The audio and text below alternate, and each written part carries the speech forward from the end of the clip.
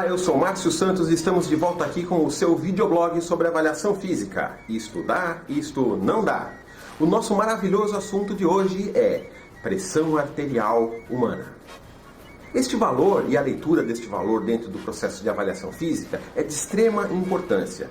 Primeiro porque nós falamos da leitura de pressão arterial do ponto de vista instrumental, ou seja, qual é o objetivo nosso em estar fazendo a leitura da pressão arterial do nosso cliente ou do nosso aluno? São dois motivos principalmente. Primeiro motivo, para poder caracterizá-lo e deixá-lo ou apto ou inapto a executar algum teste que exija um esforço físico intenso.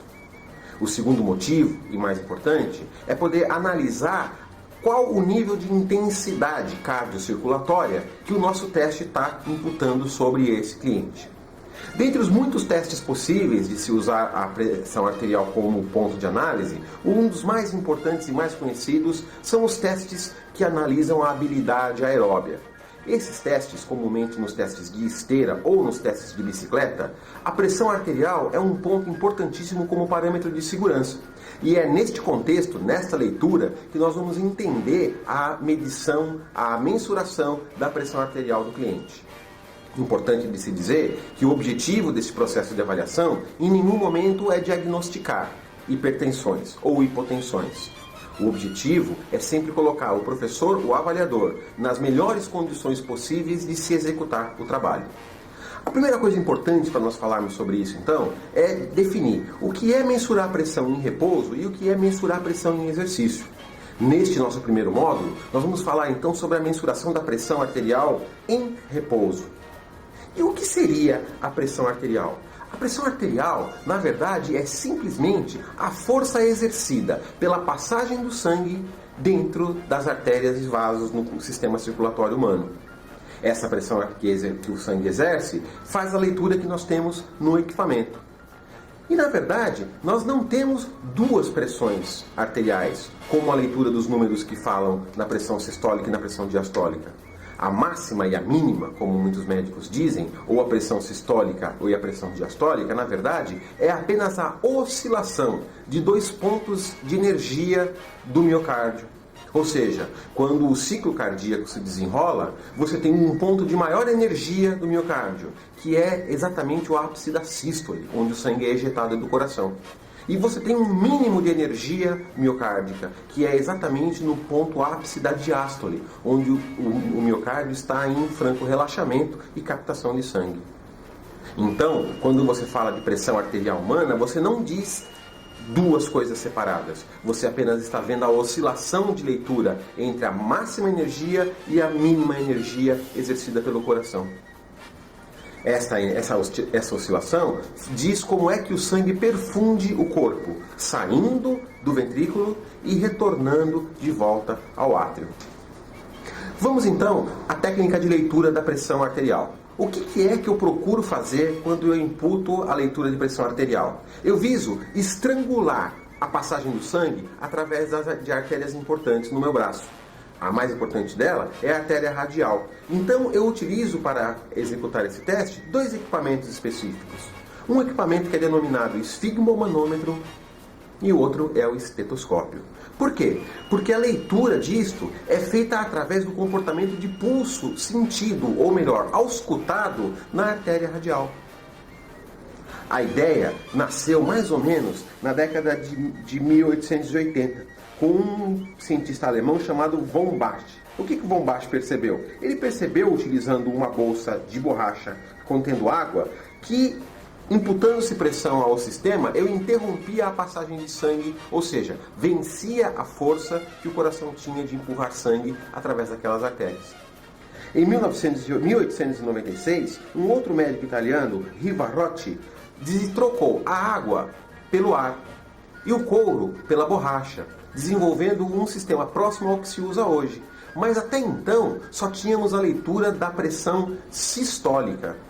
Demorou-se mais 9 anos para que um outro cientista chamado Nikolai Korotkov desenvolvesse um processo em que, observando os sons cardíacos, poderia-se determinar a pressão diastólica.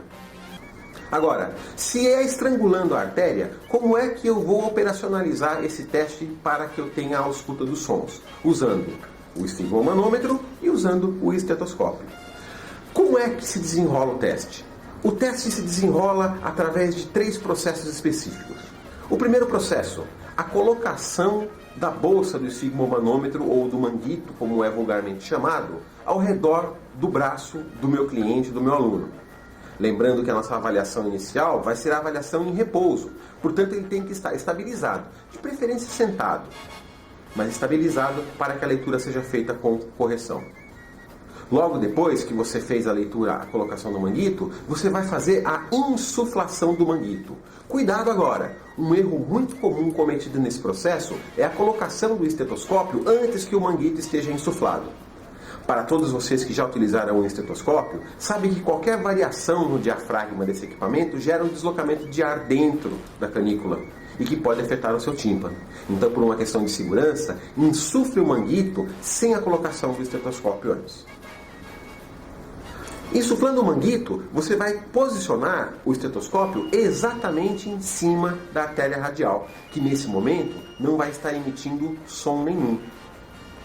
A terceira e última parte do processo ocorrerá quando você lentamente começará a esvaziar o manguito, soltando lentamente o registro de saída do ar.